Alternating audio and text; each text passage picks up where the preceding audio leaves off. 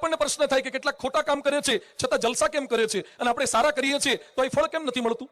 પાછો આપણને પ્રશ્ન હોય છે કે આપણે સારા વર્તીએ, આપણે નિયમ પાળીએ, મંદિરમાં જઈએ, લાંચ ન લઈએ, ભ્રષ્ટાચાર ન કરીએ, દારૂ ન પીએ, વ્યભિચાર ન કરીએ, માંસાહાર ન કરીએ તો એ દુખી, અને કેટલાક દારૂ પીનારા જલસા કરે, માંસાહાર ખાનાર જલસા કરે. કેમ આવું છે?